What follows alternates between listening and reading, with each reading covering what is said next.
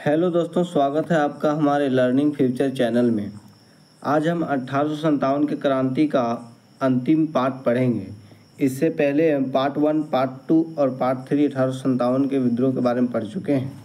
यह 1857 का टॉपिक बहुत लंबा है, इसलिए हम इसे पार्ट बाय पार्ट पढ़ें। आज का टॉपिक अंतिम है।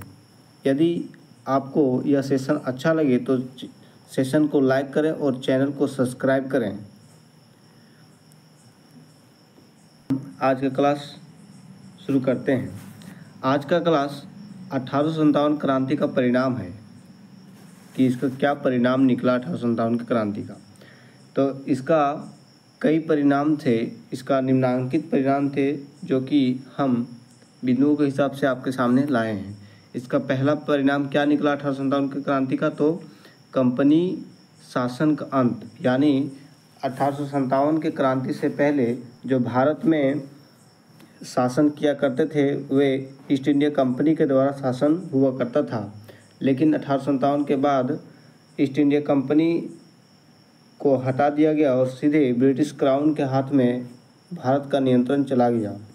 यानी जो उस टाइम के ब्रिटिश का रानी थी उसके हाथ में भारत का नियंत्रण चला गया। भारत पर जो भी नियंत्रण, जो भी शासन, जो भी कार्य किया जाएगा सभी के सभी ब्रिटिश के रानी जो रहेगी उसके हाथों से होगा।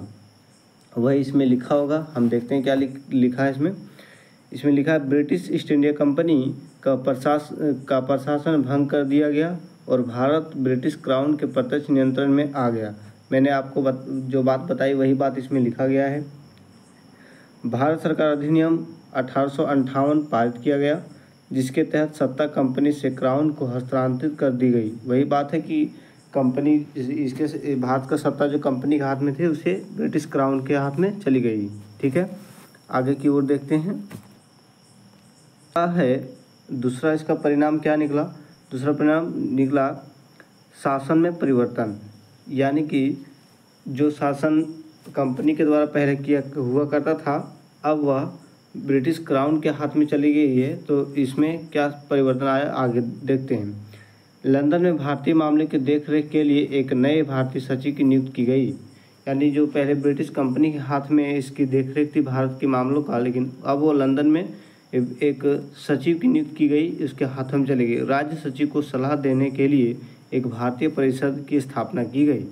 भारत में सलाह देने के लिए भारत में ही एक राज्य सचिव परिषद की स्थापना की गई जो कि पहले नहीं हुआ करता था। आगे की ओर देखते हैं। भारत के गवर्नर जनरल को वायसराय की उपाधि दी गई जो ब्रिटिश सम्राट के प्रत्यक्ष शासन का प्रतीक था। यानी कि भारत में जो वायसराय हुआ करते थे उसे गवर्नर जनरल की उपाधि दी गई जो कि भारत का फर्स्ट गवर्नर जनरल जिसे हम लोग वारेन हेस्टिंग के नाम से जानते हैं। ठीक है, आगे की ओर देखते हैं। आगे क्या है, तीसरा नंबर में है सैन्य सुधार। यह किया गया था, इसमें भी सुधार किया गया। क्या क्या सुधार हुआ हम देखते हैं। भारत में ब्रिटिश सेना का पुनर्गठन किया गया जिसमें यूरोपियन सैनिकों पर अधिक जोर दिया गया। भारत में ब्रिटिश सेना का पुनर्गठन यानी फिर से उसका गठन किया गया जिसमें यूरोपीय सैनिकों पर अधिक जोर दिया। मतलब यूरोप का भी सैनिक इसमें रह सकता है। पहले ज़्यादातर ब्रिटिश का सैनिक ही रहा करते थे और उसको ही ज़्यादा महत्व दिया करते थे। आगे की ओर देख,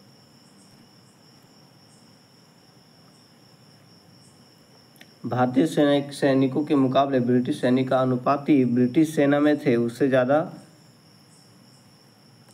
ज़्यादा ब्रिटिश के सैनिकों को रखा गया ताकि फिर से विद्रोह ना हो। आगे की ओर देखते हैं क्या लिखा गया है। सेना में नस्ली भेदभाव को बढ़ावा दिया गया। ठीक है, आगे की ओर देखते हैं। 4 नंबर में है सामाजिक और राजनीतिक सुधार। सामाजिक और राजनीतिक में भी सुधार हुआ। क्या क्या हुआ देखते हैं। सामाजिक नीतियों में संशोधन किया गया तथा आगे के संघर्ष में से बचने के लिए ब्रिटिशों ने अधिक सतर्क दृष्टिकोण अपनाया। यानी कि जो इस विद्रोह हुआ, इस विद्रोह से ब्रिटिश डर गए और आगे के संघर्ष से सतर्क रहने लगे। आगे के इस विद्रोह ने ब्रिटिश शासन के प्रति भारतीयों की गहरी नाराजगी और शिकायतों को उजागर किया। यानी इस विद्रोह से ब्रिटिश को यह भी पता चल गया कि हम लोग जो इस अभी तक शासन किए, इससे भारतीय को बहुत चोट पहुंचा है। आगे की ओर देखते हैं। इसने राष्ट्रवादी आंदोलन को बढ़ावा दिया और अंततः भारत की स्वतंत्रता में योगदान दिया। ठीक है। ब्रिटिश सरकार ने भारतीय लोगों के रीति रिवाज और परंपराओं का सम्मान करने का वादा किया तथा लेकिन व्यवहार में इसका हमेशा पालन नहीं किया गया।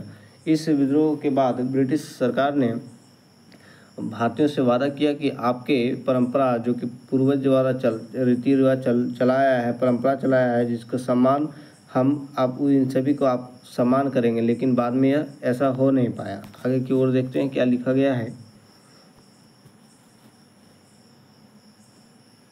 5वां नंबर में है आर्थिक परिवर्तन। आर्थिक स्थिति भी सुधारा गया। जैसे विद्रोह के कारण भूमि राजस्व नीति में कुछ परिवर्तन हुए तथा किसानों पर बोझ कम करने के प्रयास किए गए। जो किसानों पर अधिक कर का बोझ हो गया था, उससे भी सुधारा गया। साधारण शब्दों में यही लिखा गया। अंग्रेजों ने अपने लाभ के लिए भारत के संसाधन का दोहन जारी रखा। यानी कि जो भारत में प्राकृतिक संसाधन निकलते थे, जैसे कोयला, अभ्रक, सोना, चांदी वगैरह आदि जितने भी सामान निकलते थे, इन सभी को लंदन ले जाया करते थे। यह प्रक्रिया इन्होंने जारी रखा। आगे की ओर देखते हैं। आगे क्या है। संक्षेप में 1857 का विद्रोह भारतीय इतिहास में एक महत्वपूर्ण मोड़ था।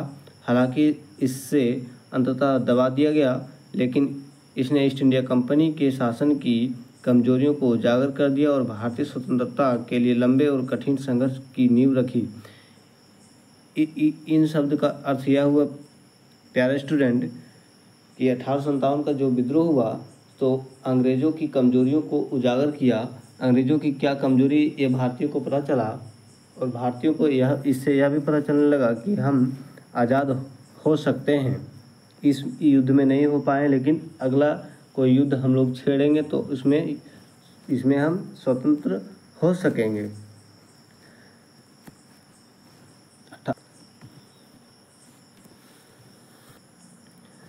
तो यहीं पर 1857 का टॉपिक समाप्त होता है। आगे आपको अगर कोई टॉपिक पढ़ना है आपके एग्ज़ाम से रिलेटेड तब आप कमेंट करें। जो भी आपको टॉपिक पढ़ना है उस टॉपिक का नाम लिख के, ताकि मैं आपके लिए उस टॉपिक का सेशन बहुत जल्द लेकर आऊँ। यदि आप कमेंट नहीं करते हैं तो मैं सिलेबस के अकॉर्डिंग ही टॉपिक अगला लाऊंगा। इसलिए आप कमेंट ज़रूर करें और आपको सेशन अच्छा लगे तो चैनल को सब्सक्राइब करें और लाइक करें। धन्यवाद। अब हम सेशन को ऑफ करते हैं।